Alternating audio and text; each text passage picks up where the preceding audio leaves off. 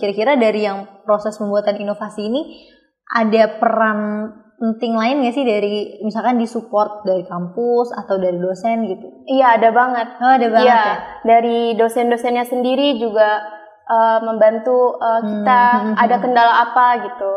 Terus juga dari kampus support banget masalah peminjaman lab kulinari, terus juga pengurusan daftar hak cipta. Oh, yang punya kamu juga didaftarin juga?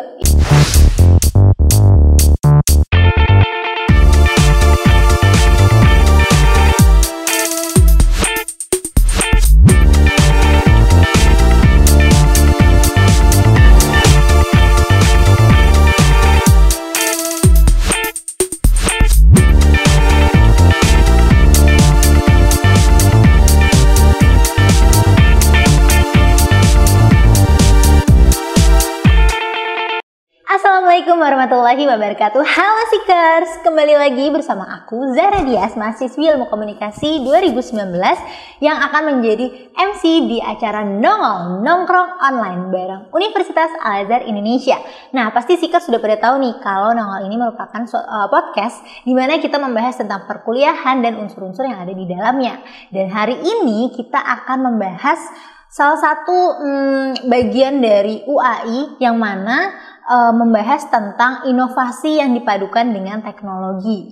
Mungkin kita bisa langsung tanya aja kali ya sama yang pengalaman. Langsung aja di sini ada narasumber kita yaitu tada! Ada siapa di sini? Halo, aku Anissa Aulia. Aku merupakan mahasiswa Prodi Gizi angkatan 2020. Oke, halo Anissa panggilannya? Iya, betul. Oke, halo Anissa. Ini kita boleh sapa-sapa dulu nih Seekers yang ada di rumah. Nah, karena tadi aku sempat bilang nih ke Seekers ya, kalau Anissa ini punya pengalaman di bidang inovasi yang berpadukan dengan teknologi atau mungkin yang biasa disebut sekarang tuh technopreneur kali ya. Iya, benar. Gitu. Nah, boleh nggak sih diceritain Anissa, karena Anissa ini program studinya dari Gizi ya kan? Iya. Dari Gizi, dan apa sih emang di technopreneur ini belajar apa aja mungkin gitu? Oke, yang pertama technopreneur ya. Jadi di sini tuh mata kuliah yang menekankan banget di inovasi suatu produk. Oh, oke. Ya. Jadi tuh mengikuti kelas technopreneur yang pertama seru karena kita itu gabungan dari 6 prodi di Fakultas Sains Teknologi.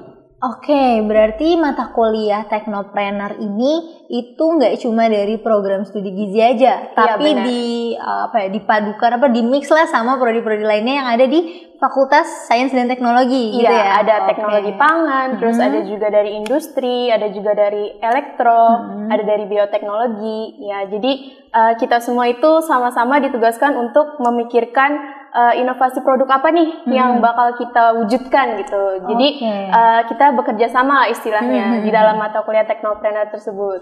Oke, nah kalau pengalaman Anissa sendiri nih kemarin ikutan juga nggak bikin si produk itu? Iya, ikutan. Kebetulan kelompok aku ini membuat produk pangan fungsional yaitu cookies substitusi tepung kulit pisang. Oh, oke. Jadi kulit pisang. Iya, jadi benar. Kulit pisangnya benar-benar di blender sama cookies apa gimana tuh kira-kira? Oke, jadi di sini kulit pisangnya itu dimanfaatkan sebagai tepung. Oke. Ya, tepungnya itu yang kita tahu cookies kan bahan dasarnya itu dari tepung ya. Betul. Nah, iya, kita substitusi ya, dari tepung terigu dan juga ada tepung kulit pisangnya.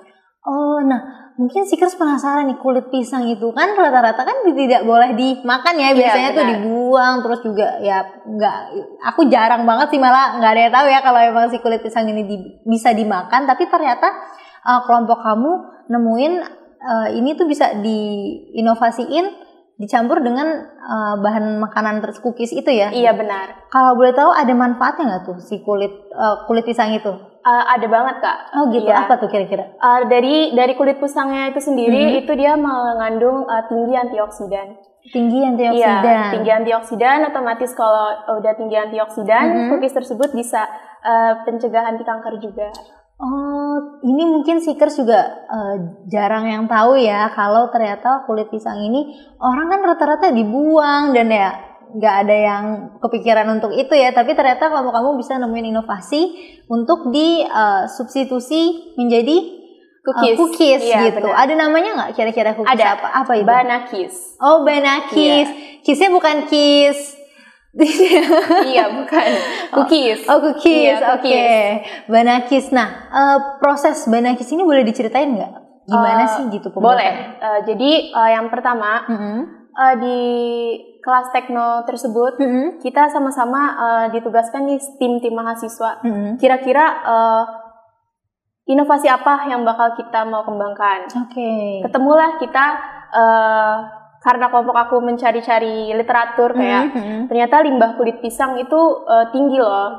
Terus kita baca-baca di jurnal juga. Oh boleh nih kita buat suatu pangan yang memanfaatkan kulit pisang. Oke, setelah kita menemukan ide tersebut, kita konsultasikan ke dosen pembimbing dan pengampu kita. Iya. Nanti dari dosen pembimbing tersebut akan dikoreksi istilahnya, dievaluasi kira-kira ini pas atau tidak di pasaran masyarakat gitu.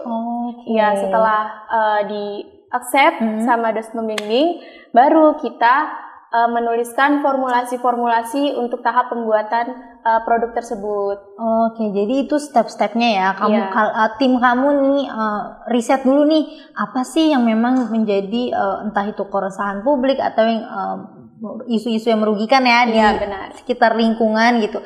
Dan ketemulah ternyata memang limbah kulit pisang ini tinggi gitu ya di Indonesia ya. Dan akhirnya kelompok Anissa menemukan bahwa ini tuh bisa diolah loh gitu menjadi si Banakis itu gitu.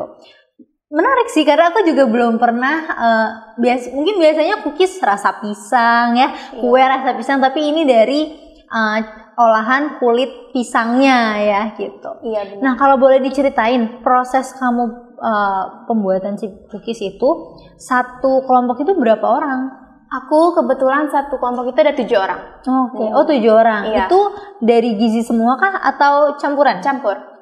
Ada di kelompok kamu itu ada prodi apa aja? Ada prodi gizi, teknologi pangan, ada teknik industri juga, ada teknik elektro, dan kelompok aku hanya itu. Oh, itu aja, teknik elektro, industri, teknologi pangan, sama gizi itu ya. Oh, jadi mungkin satu prodi ada 1 sampai 2 orang ya? Iya, benar. Oke, nah kalian kan pasti diskusi dulu ya untuk benar. itu. Kira-kira aku juga kepo nih, kan karena kalian dari prodi yang berbeda, pasti kan mungkin ada aja sudut pandang yang berbeda atau kebiasaan dari pembelajaran prodi-prodi lain. Nah, itu di situ ada jadi kendala nggak si pencampuran prodi-prodi itu? Ada. Sempat ada ya? Paling kendalanya itu misalkan, tadi kan kelompok aku ada yang dari teknik industri nih. Iya. Yang dimana industri tuh awam banget ya sama yang namanya pangan-pangan. Dan aku pun dari gizi juga sebenarnya masih awam banget sama pencampuran makanan substitusi seperti itu. Dan kebetulan kendalanya itu kayak yang pertama kita belum pernah berpengalaman, dan kebetulan temanku ini yang bioteknologi pangan itu dia berpengalaman untuk membuat produk substitusi. Jadi kita sama-sama belajar, sama-sama saling sharing ya, sama-sama saling sharing. Yang dari teknik industri ini kayak ini beneran dicampur gitu-gitu, kayak nggak percaya ya? Iya, kayak nggak mungkin percaya. Sama mewakili perasaan Seekers juga nih, ini beneran gak sih dari kulit pisang gitu ya? Terus juga dari teknik elektro, jangankan pembuatan produk substitusi, buat kue aja juga susah ya, apalagi laki-laki kan juga nggak familiar ya gitu buat mereka ya. Jadi emang kesulitannya di situ. Jadi kontribusinya saling mengisi aja sih, kita saling sharing kayak diajarkan untuk membuat suatu produk di makanan tuh lebih baik kayak gini. Terus nanti yang dari prodi lain, yang dari yang awam banget tentang pangan kayak industri, kayak elektro, mereka ngerti gitu. Paham ya, paham. Jadi punya biasanya mungkin lebih ke alat-alat kali ya kalau mereka biasanya lebih nguliknya. Ini terjunlah ke makanan dan ini bisa jadi ilmu baru buat mereka, baik buat kalian juga gitu ya. Menarik ya. Jadi selain mungkin manfaatnya selain kamu bisa belajar gitu ya untuk implementasinya langsung, belajar juga nih karakter dan pribadi yang lainnya juga ya dari beda prodi gitu. Nah, kalau ditanya proses bikin Banakis itu susah nggak sih atau lama nggak sih? Sebenarnya seperti pembuatan cookies pada umumnya, nggak begitu sulit. Yang penting kuncinya itu di alat ovennya itu, Kak. Oh, alat ovennya. Iya, sama karena pembuatan tepung tadi membutuhkan alat pengering, membutuhkan alat itu juga. Oh, oke. Jadi alat utamanya itu apa aja kira-kira? Alat oven? Iya, alat oven, terus alat-alat gitu. yang untuk nge-bake seperti kayak kuas, alat-alat masak, ya wadah. Oh, itu hal yang basic buat bikin kue juga ya sebenarnya ya. Oke, nah pembuatan itu prosesnya makan waktu berapa lama sih kira-kira, Nis? Dari proses mengadon sampai oven itu membutuhkan waktu 1 sampai 2 jam. Oh, 1 sampai 2 jam ya. Iya. Berarti ini sebenarnya bisa diproduksi jadi cemilan juga ya, sebenarnya bisa, ya. Iya. Nah, kalau dari kamu sama kelompok kamu juga nggak tuh kira-kira ada kepikiran untuk bikin itu jadi suatu usaha baru gitu, Kelly?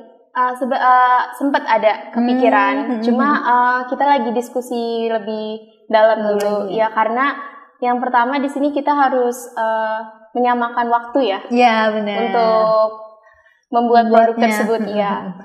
Itu pembuatannya bisa di rumah atau harus di lab khusus? Bisa di rumah. Oh, bisa di rumah juga ya. Bisa. Jadi sebenarnya bisa di mana aja juga gitu ya. Maksudnya nggak terharus di ruangan apa gitu. Iya, ya. benar.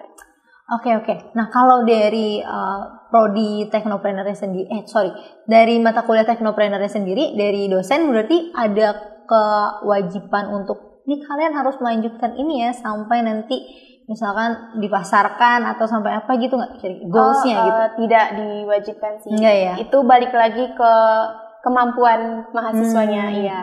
Jadi ibaratnya hanya sampai di proses pembuatannya aja udah selesai. Nah, nanti kalau misalkan kalian mau ngembangin lagi itu justru boleh banget gitu. Iya, boleh banget.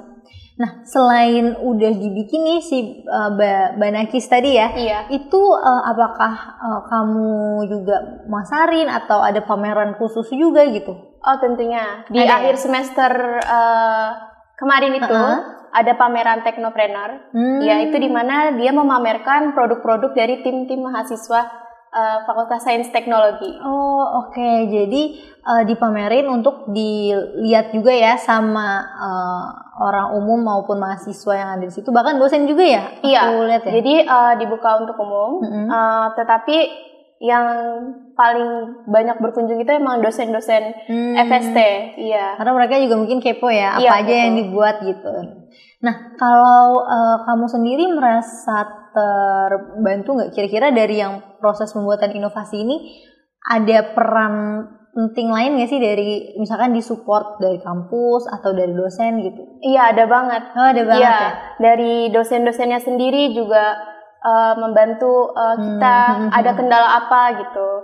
Terus juga dari kampus support banget masalah peminjaman lab kulinari, terus juga pengurusan daftar hak cipta.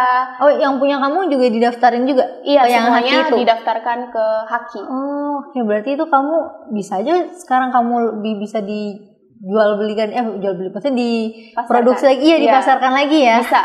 Oh, karena sudah didaftarkan di Haki itu? Iya, benar. Keren. Berarti disupport banget ya gitu. Terus kalau model gitu-gitu juga nggak tuh? Iya, itu paling ngebantu banget sih, Kak. Dapat juga ya? Dapat juga. Luar biasa. Berarti memang nggak salah ya slogannya UAI dibilang Enterprising University karena benar-benar memfasilitasi mahasiswanya, dan ini salah satu testimoninya kali ya, Nis ya. Benar-benar dibantu dan sampai kamu punya si Haki itu sendiri gitu. Karena yang seperti kita ketahui proses pendaftaran itu kan cukup makan waktu ya, makan waktu, mungkin juga biaya, tenaga juga gitu. Dan ternyata alhamdulillah kamu sekarang udah punya si Banakis itu sebagai produknya kamu ibaratnya gitu. Wah, luar biasa, keren. Tertinggal mungkin kita tunggu ini aja kali ya, testimoninya tuh kayak gimana tuh, boleh. Atau mungkin kamu punya foto Banakisnya nggak? Ada.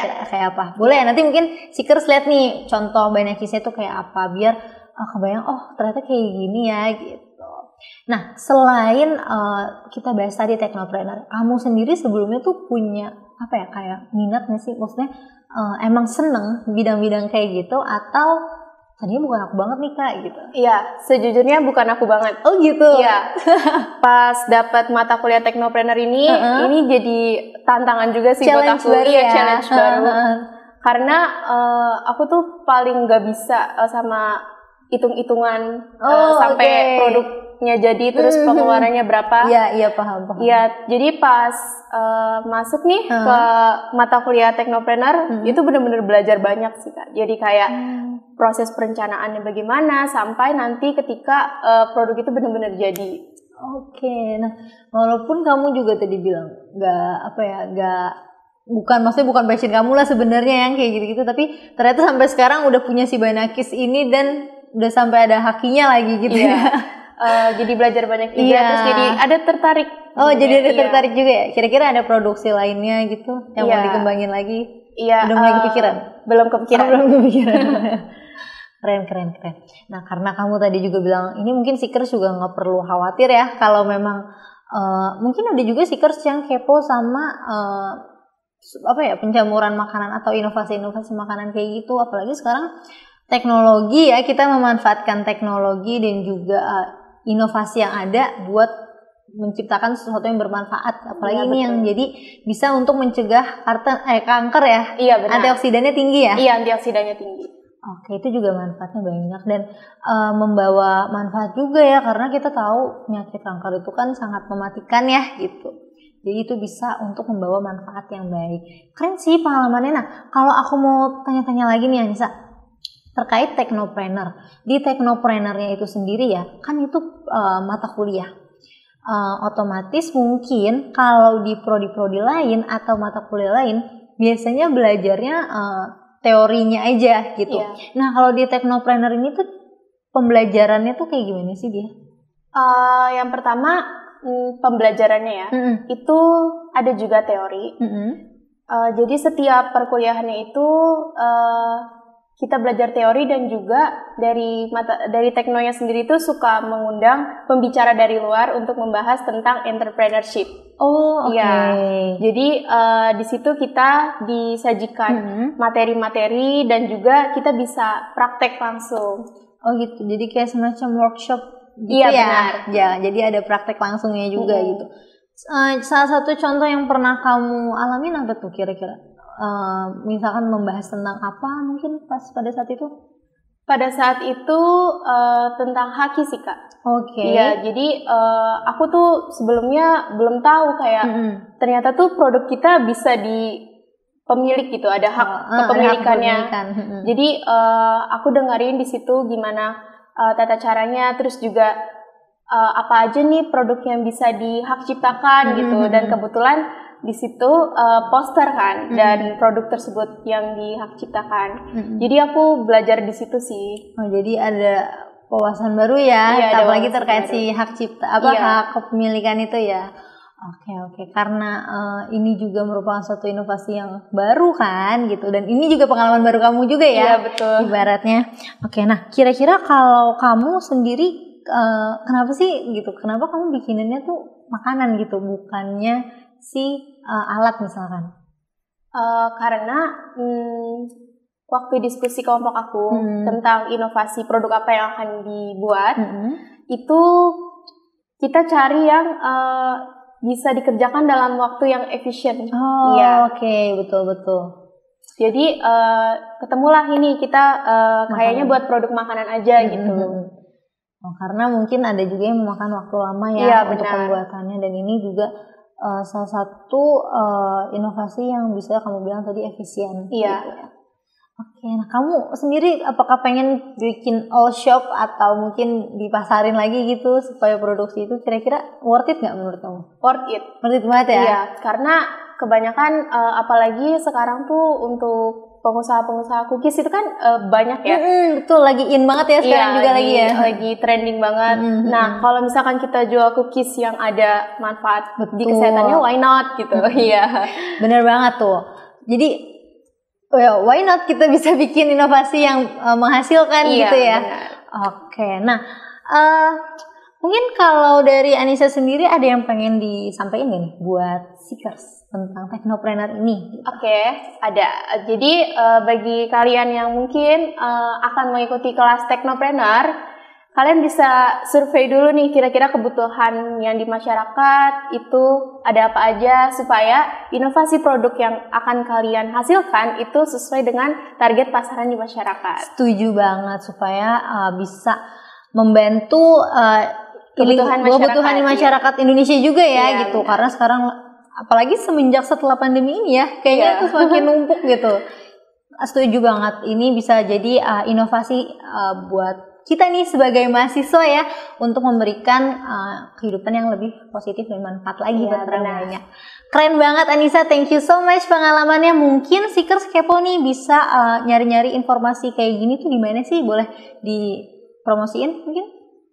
Oke, bagi kalian yang kepo mungkin tentang pangannya sendiri itu bisa juga di UI kalian kepo di gizi.ui, atau mungkin kalian kepo tentang teknopreneurnya, kalian juga bisa kepo di IG Universitas Al-Azhar Indonesia. Oke, ada juga tadi ya Prodi Gizi ya, yang ngebahas juga tentang ada mata kuliahnya si teknopreneur ini. Iya. Oke, thank you so much Anissa udah sharing-sharing pengalaman kamu juga ya, dan juga tadi banyak manfaatnya juga, dan bahkan proses-proses untuk si bikin Banakis ini. Aku jadi kenal nih sama si Banakis ini ya. Aku juga gak sabar sih, semoga nanti bisa nyobain langsung gimana sih Banakis itu. Oke, terima kasih banyak Anissa atas waktunya, atas juga ceritanya, atas kesempatannya juga hari ini. Dan untuk Seekers jangan lupa untuk di follow juga di IG-nya Gizi @gizi.ui, betul ya? Gizi.ui, dan juga IG-nya Universitas Al-Azhar Indonesia. Jangan lupa like, comment, dan subscribe. Saksikan episode lainnya yang juga membawa manfaat bagi Seekers. Kalau gitu jangan lupa untuk komen di bawah Seekers. Mungkin Seekers juga pengen lebih tahu tentang apa lagi nih untuk tema-tema yang akan dibawain. Kalau gitu jangan lupa untuk like, comment, dan subscribe. Dan aku Zara Dias pamit undur diri. Wassalamualaikum warahmatullahi wabarakatuh. Goodbye Seekers.